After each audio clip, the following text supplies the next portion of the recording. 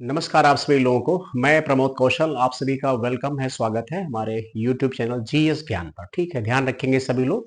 अभी ये चैनल तो खैर नया ही बनाया है, बट फैकल्टी नई नहीं है। फैकल्टी को तो खैर काफी समय हो गया पढ़ाते हुए। बहुत सारे बच्चे हमारे पढ़ाए हुए हर फील्ड में हैं और उम्मीद करते हैं आगे भी वो बढ़ेंगे और प्रयास कर रहे हैं। मेरी हमेशा यही मुहिम रही है कि हर विद्यार्थी का फायदा होना चाहिए। सीधी बात यह है, कोई विद्यार्थी कहीं से भी हो, कैसा भी हो, कोई विशेष प्रॉब्लम है कमेंट करिए, बताइए, मैं उसका रिप्लाई भी करता हूँ। ऐसा नहीं कि मेरा रिप्लाई जो बच्चे हैं जुड़े हैं वो जानते होंगे। ठीक, खैर आज के टाइम में भागम भाग की लाइफ स्टाइल है, सबके साथ चलता रहता है।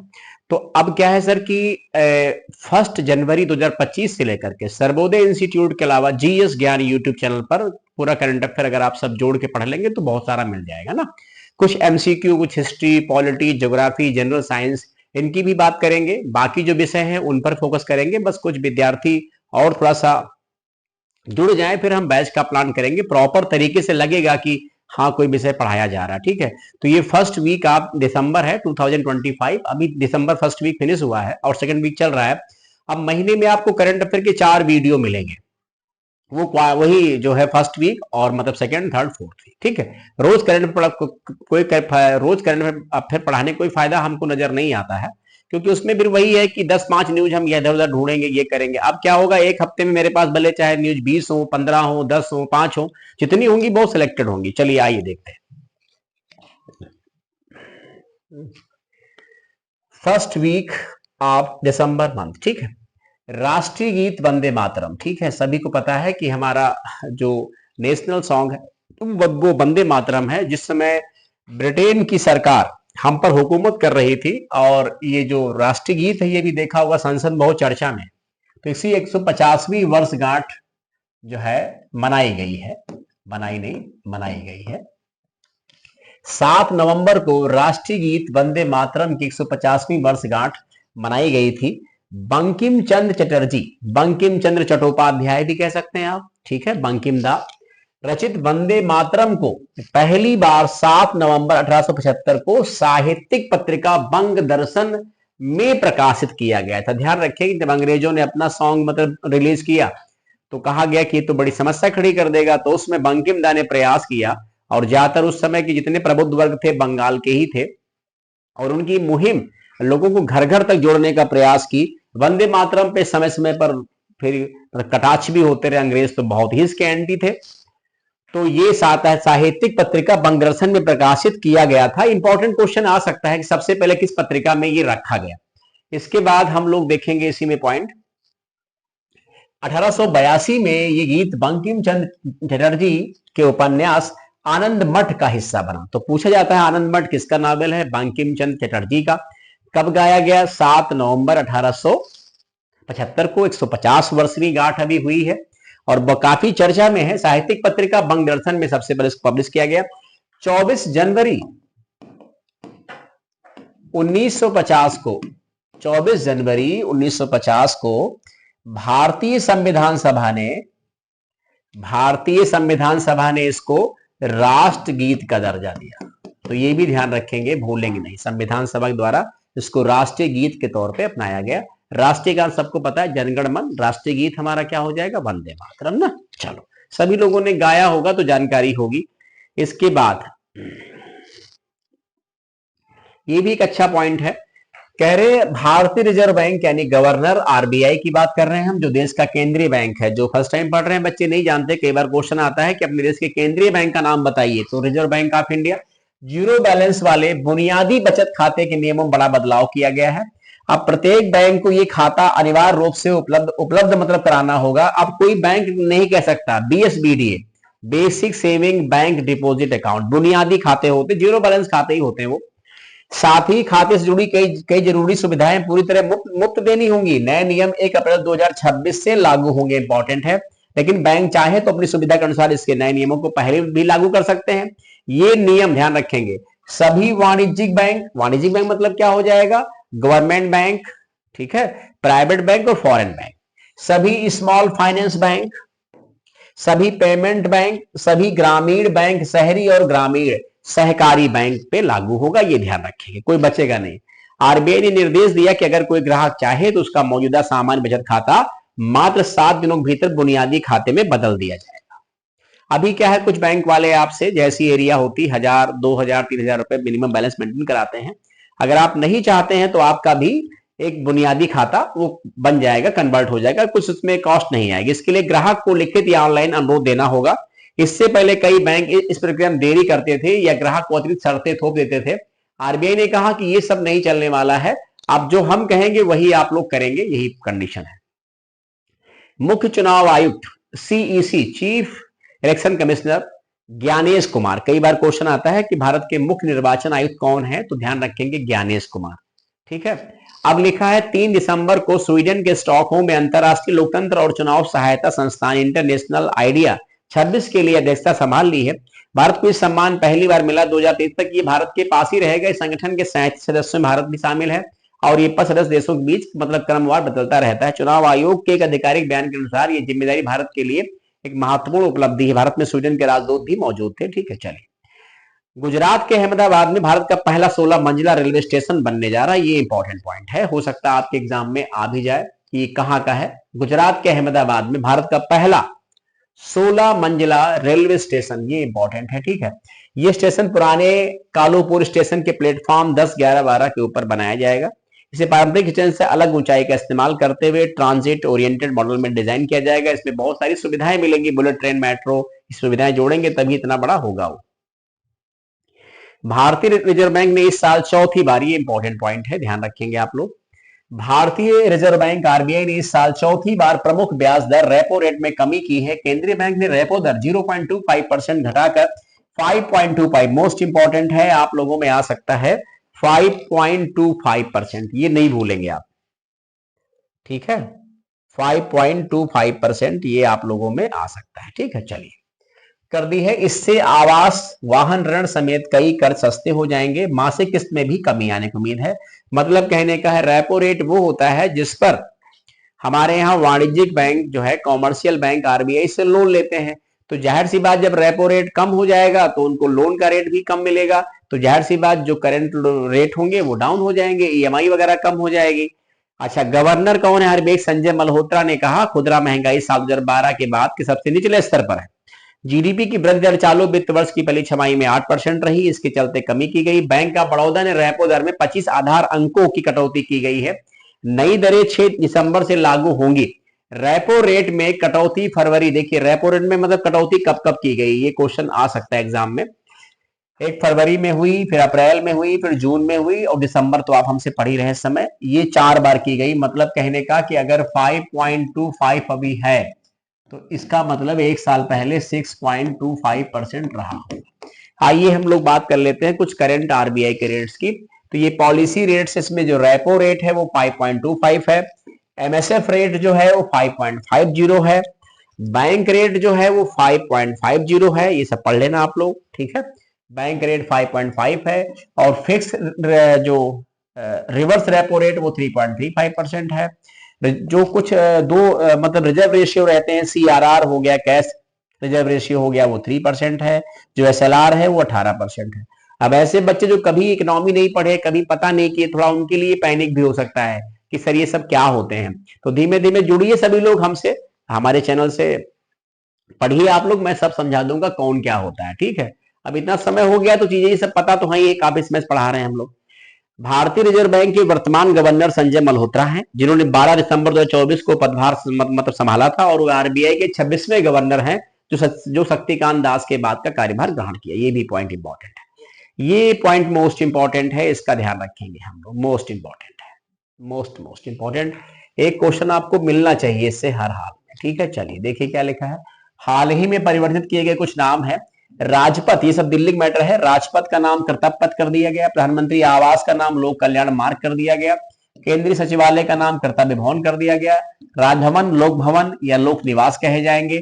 पीएमओ का नाम, जो पीएम आवास जो पीएमओ है यानी प्राइम मिनिस्टर ऑफिस, उसको सेवा तीर्थ कहा जाएगा। ये मोस्ट इंपॉर्टेंट है। तो पीएमओ का अब नया नाम क्या होगा? सेवा तीर्थ। ये सब 2014 के बाद बदलाव किए गए, नरेंद्र मोदी जी ने किया है। केंद्रीय मतलब गृह मंत्रालय ने पिछले दिनों 8 राज्यों में राजभवनों का नाम बदलकर लोक भवन करने का निर्देश दिया है। इसमें पश्चिम बंगाल है, तमिलनाडु, केरला, असम, उत्तराखंड, उड़ीसा, गुजरात और त्रिपुरा के राजभवनों नाम बदल दिए गए। वहीं लद्दाख के उपराज्यपाल के निवास कार्यालय को लोक निवास कहा जाएगा। वाणिज्यिक एवं औद्योगिक खंड के तहत देश की नवीकरणीय ऊर्जा क्षमता 2030 तक बढ़कर 60 से 80 गीगावाट होने का अनुमान है। और ये पॉइंट भी इंपॉर्टेंट है, क्योंकि टारगेट जितने भी रहते हैं वो सारे के सारे इंपॉर्टेंट होते, ये हमको पता होना चाहिए हर हाल में, राइट। चलिए, इसके बाद क्या है, हाल मार्किंग शुरू होने के 3 महीने के भीतर चांदी के 17.35 लाख से अधिक गहने विशिष्ट पहचान संख्या HUID के साथ जारी किए जा चुके हैं। केंद्रीय मंत्री प्रहलाद जोशी ने एक पोस्ट में कहा कि चांदी गहनों में HUID हॉल मार्किंग शुद्धता आश्वासन को मजबूत करने और नकली हॉल मार्किंग को खत्म करने की दिशा में बड़ा कदम है। तो HUID का फुल फॉर्म आपके एग्जाम में आ सकता है, ये इंपॉर्टेंट इसलिए मैंने मेंशन किया है।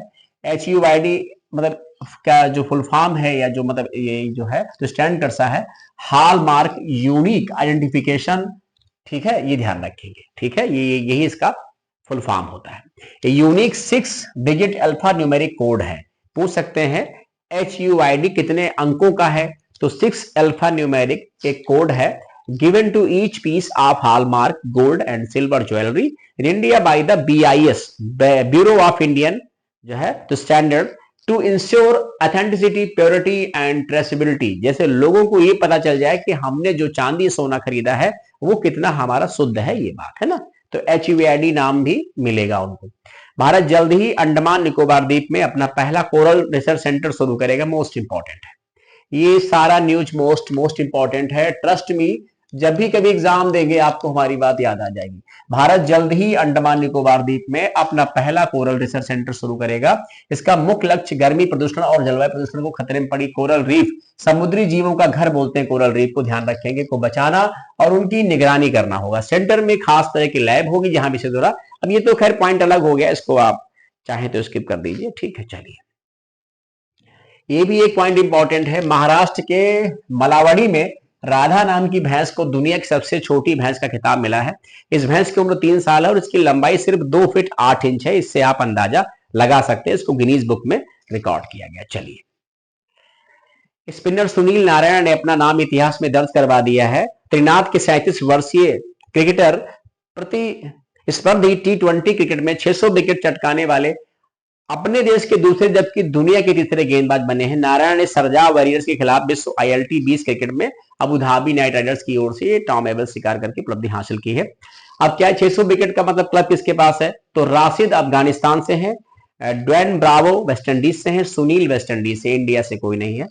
हरमनप्रीत कौर, ये मैंने शायद बोला भी, हरमनप्रीत कौर बनी PNB की पहली महिला ब्रांड एम्बेसडर, ठीक है, महिला क्रिकेट टीम की कैप्टन है हरमनप्रीत कौर। और इन्होंने अभी हाल ही में ICC T20 वर्ल्ड जो महिला का है उसको जीता हुआ है। प्रसार भारती के अध्यक्ष नवनीत सहगल ने इस्तीफा दे दिया है। 16 मार्च 2024 को इन्होंने अध्यक्ष पद पर नियुक्त किया गया था, ठीक है। चलिए, वरिष्ठ अधिवक्ता और मतलब मिजोरम के पूर्व राज्यपाल स्वराज कौशल, इंपॉर्टेंट है, ठीक है, पूर्व राज्यपाल स्वराज कौशल का निधन हो गया। कौशल स्वराज पूर्व विदेश मंत्री स्वर्गीय सुषमा स्वराज के पति था, नई दिल्ली से भाजपा की सांसद बांसुरी स्वराज के पिता थे। यानी कहा जाए तो सुषमा स्वराज जो भाजपा की एक बहुत फेमस लीडर रही, विदेश मंत्री भी रही, उनके पति हैं ये स्वराज कौशल, और उनकी बेटी बांसुरी जो है भाजपा से सांसद है दिल्ली से। उत्तर प्रदेश को विकसित भारत 2047 की न्यू बनाने के उद्देश्य से शहर के एक होटल में स्टेक होल्डर काउंसिल बैठक हुई, जिसमें यूपी को 1 ट्रिलियन अर्थव्यवस्था बनाने का लक्ष्य रखा गया। देखिए, ध्यान रखिए, योगी जी ने कई बार खुद कहा है कि यूपी अर्थव्यवस्था बनेगी 2027 तक $1 ट्रिलियन, ठीक है। चलिए, उत्तर प्रदेश सरकार का लक्ष्य 2029 तक उत्तर प्रदेश को, अच्छा ये इन्होंने अपना टारगेट देखिए इन्होंने चेंज कर दिया है गवर्नमेंट ने। उत्तर प्रदेश सरकार का लक्ष्य 2029 तक उत्तर प्रदेश को $1 ट्रिलियन की अर्थव्यवस्था जो है बनाना है, और वर्ष 2047 तक उत्तर प्रदेश को $6 ट्रिलियन की इकोनॉमी का स्तर पहुंचाना। ये उत्तर प्रदेश के टारगेट हैं। टारगेट ध्यान रखेंगे हमेशा आप सब लोग। इसके बाद का क्या पॉइंट है, BSF के DG दलजीत सिंह चौधरी के सेवानिवृत्त होने के बाद ITBP के DG प्रवीण कुमार ने इस पद का अतिरिक्त जो है प्रभार संभाला है। बॉर्डर सिक्योरिटी फोर्स होता है। RBI ने व्यावसायिक बैंकों के लिए जमा खातों की ब्याज दर से जुड़े नए नियम जारी किए। इसके तहत बचत खातों में 1 लाख रुपए की धनराशि जमा रहने पर सही बैंक एक समान दर से ब्याज देंगे। अभी क्या होता है, बैंकों के अपने अपने ब्याज होते हैं, बट RBI ने कहा कि 1 लाख रुपए तक का जो अमाउंट होगा वो हर बैंक को एक निश्चित ही देना पड़ेगा, अलग अलग नहीं हो सकता ना, ठीक है। सभी बैंक एक समान देंगे, मतलब कोई ऐसा नहीं जिस मान लो 4% है तो 4% हर बैंक देगा, SBI 2.5%, ICICI 3%, ऐसे बहुत बैंक करते हैं ना, तो ये सब नहीं कर पाएंगे वो, ये भी एक बढ़िया अच्छा नियम है। इसके बाद आरबीआई ने बचत खाता, चालू खाते समेत सावधि जमा समेत अन्य नियमों में एक और अहम बदलाव किया है। इनके मुताबिक बैंक द्वारा तय न्यूनतम अवधि से पहले सावधि जमा निकालने पर कोई ब्याज नहीं मिलेगा। आरबीआई ने एफडी की न्यूनतम मानक अवधि 7 दिन की है, लेकिन बैंक अपने मुताबिक इसे अधिक न्यूनतम अवधि तय कर सकते हैं। एक एफडी की मिनिमम जो टाइम है वो 7 डेज है। नए नियमों में न्यूनतम अवधि पूरी होने पर एफडी तोड़ी जाती तो बैंक आपको वही ब्याज देगा जो समझ के लिए लागू होगा ना। केंद्र सरकार ने हाल ही में 4 नई श्रम संहिताएं लागू की हैं, जो देश के लाखों कर्मचारियों के लिए कई बड़े बदलाव लेकर आई हैं। इन बदलावों का असर न केवल वेतन संरचना पर पड़ेगा, बल्कि ग्रेच्युटी, छुट्टी, नकदीकरण, मातृत्व लाभ और भविष्य निधि जैसी महत्वपूर्ण सुविधाओं पर भी होगा। ये हम आपको जब नवंबर की न्यूज डिस्कशन मतलब करेंगे या की होगी, उसमें मिल जाएगा। 22 नवंबर से लागू हुआ है ये 4 जो है रिफॉर्म है, ध्यान रखेंगे, बहुत खास है। न्यूनतम मजदूरी गारंटी, 1 वर्ष बाद ग्रेच्युटी, 40 करोड़ श्रमिकों के लिए सामाजिक सुरक्षा और महिला कामगारों के लिए समान वेतन और समान गारंटी जैसे प्रमुख प्रावधान शामिल किए गए। पूरी ग्रेच्युटी कर मुक्त नहीं होगी, अभी आप ध्यान रखेंगे, क्वेश्चन ईपीएफओ में आया है। 20 लाख तक की जो मतलब ग्रेच्युटी है वो कर मुक्त होती है। जब आप सरकारी नौकरी करते हो तो ग्रेच्युटी, बोनस, महंगाई भत्ता, ये सब चीजें आप समझ जाते हो कैसे कैसे होता है ना। चलिए, ये 20 लाख तक तो आपका मतलब टैक्स में छूट है, उसके ऊपर होगा तो टैक्स पड़ेगा ना। चलिए, इसके बाद क्या है, कितना फायदा होगा, ये सब आपको एग्जाम्पल देके समझाया गया है। अगर आपको टाइम मिलता है और अगर आपका इसमें इंटरेस्ट है तो आप ग्रेच्युटी है, पीएफ है, ये सब पढ़ सकते हैं। मैंने काफी डीप में दे दिया है ना। तो लिखा है कि मान लीजिए कोई कर्मचारी 6 साल बाद नौकरी छोड़ता है, उसकी सीसी उसकी मतलब सीटीसी 3 लाख रुपए का मूल वेतन, 7 लाख रुपए का विशेष भत्ता शामिल है। ये प्राइवेट में तो नहीं होगा, गवर्नमेंट के फायदे हैं। पहले केवल 3 लाख रुपए के मूल वेतन पर ग्रेच्युटी की मतलब गणना होती थी। इससे मतलब ग्रेच्युटी की राशि ऐसे जो है तो निकलेगी, यानी हर महीने का वही 1 साल का 15 डेज मिलता है ना। अब नए नियम के अनुसार मूल वेतन और विशेष भत्ता दोनों को शामिल किया जाएगा, तो जो आपकी आएगी ना ग्रेच्युटी वो बढ़ के आ जाएगी, लगभग 2.7 लाख, 3 गुना हो जाएगी। सरकार ने पुराने ग्रेच्युटी कानून, ठीक है, ये आता है ग्रेच्युटी भुगतान अधिनियम 1972, ये थोड़ा इंपॉर्टेंट है। ग्रेच्युटी भुगतान अधिनियम, ये सब ईपीएफओ में आए हुए क्वेश्चन है 1972। जब आप कहते हो सर उधर कहां से पढ़े, कैसे पढ़े ना। अब इसके बाद क्या है, इसके बाद माना जाएगा अब कितना फायदा है, वही अवकाश नकदीकरण की गणना हमेशा कर्मचारी के अंतिम वेतन के आधार पर दी जाती है।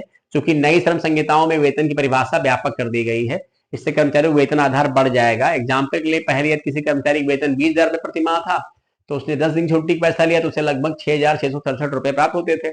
नए वेतन ढांचे के बाद इसका आधार वेतन 30,000 रुपए हो जाए तो वही 10 दिन की छुट्टी उसे लगभग 10,000 रुपए आपको दिलवा देगी। नई श्रम संहिताओं में सरकार ने छुट्टियों को जमा करने और उसका भुगतान पाने के लिए एक समान नियम लागू किया है। ठीक है, लीव इनकैशमेंट कब कब दे देंगे, ये सब इसमें लिखा हुआ, आराम से पढ़ सकते हैं। सरकार ने मतलब नई श्रम संहिता इसलिए लागू किया ताकि देश में मौजूद पुराने जटिल और बिखरे हुए श्रम कानूनों को सरल बनाया जा सके। 29 तरह के कानूनों को जो है इंगेज किया गया, सही किया गया है। इन समस्याओं को खत्म करने के लिए सरकार ने सभी बड़े श्रम कानूनों को जो है तो मिलाकर 29 जो है जो मतलब लॉ थे उनको मिला के 4 मुख्य किए गए हैं। और ये 4 मुख्य याद रखेंगे, ये ध्यान रखेंगे, ठीक, ये इंपॉर्टेंट है। वेतन संहिता, औद्योगिक संबंध संहिता, सामाजिक सुरक्षा, सामाजिक मतलब सुरक्षा संहिता, व्यवसायिक सुरक्षा और स्वास्थ्य संहिता, ध्यान रखिए। 4 है जो 22 नवंबर से लागू किए गए। कर्मचारियों को दिए गए अधिक अधिकार हैं, ये सब यहाँ पर आप पढ़ सकते हैं आराम से, क्या क्या। जैसे ये इंपॉर्टेंट है, जो महिलाओं को मातृत्व अवकाश मिलता है वो 26 सप्ताह का मिलता है। क्वेश्चन पूछा भी गया है, ज्यादातर आपको ऐसे क्वेश्चन ईपीएफओ में ज्यादा आते हैं। 26 दिन का 26 सप्ताह का अवकाश मिलता है, 6 में छुट्टी मिल जाएगी ना। और ये क्वेश्चन अभी एलटी ग्रेड में आया था, गिग वर्कर क्या होते हैं, गिग वर्कर ना, गिग वर्कर मतलब अस्थायी कर्मी होते हैं। प्लेटफॉर्म वर्क और एग्रीगेटर कंपनियों को कानूनी रूप से इनको भी थोड़ा सा अच्छा करने की कोशिश की गई है।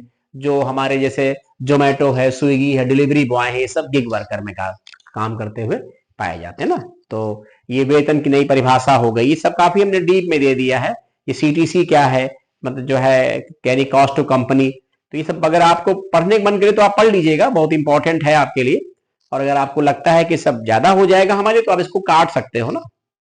अस्थाई मतलब जो मतलब कर्मचारी क्या होता है, जो कर्मचारी स्थायी, उसके लिए अब भी मतलब बिजली पाने के लिए 5 साल पूरे करना जरूरी है, जब तक कि मामला मृत्यु या जो है विकलांगता से जुड़ा ना हो ना। चलिए, पीएफ जो है मतलब योगदान 15,000 रुपए पर ही सीमित है, उसमें कोई बदलाव नहीं किया है। नियुक्ति पत्र, जब भी कोई अब फैक्ट्री, इंडस्ट्री, कंपनी जब भी कोई किसी को जॉब देगा तो एक अपॉइंटमेंट लेटर देना उसको अनिवार्य होगा। ये सब चीजें नए में की गई हैं और अब लागू हो गई। देखिए कब तक क्या क्या होता है ना, ये है। और देखिए क्या लिखा अनिवार्य होगा, चाहे फिर लिखा है कि इसके साथ ही वेतन हर महीने की 7 तारीख को मिल जाएगा। वेतन भी फिक्स कर दिया गया। कभी कभी देखा होगा जो प्राइवेट है उसमें वेतन 10, 15, 20, 22 तक आता है। कभी कभी भैया नहीं देता, हम लोग भी इसके बहुत हद तक मतलब शिकार हो जाते हैं ना। तो ये आपका रहा दिसंबर का फर्स्ट वीक करंट अफेयर। आप पढ़ते रहिए, जुड़ते रहिए, अपने विद्यार्थियों सहयोगों को जरूर बोलिए कि सर से जुड़े और सर से पढ़ें जीएस ज्ञान पर ना। तो बच्चे जब धीरे धीरे जुड़ जाएंगे तो चीजें और अच्छी हो जाएंगी। चलिए, बहुत बहुत धन्यवाद, थैंक यू सो मच।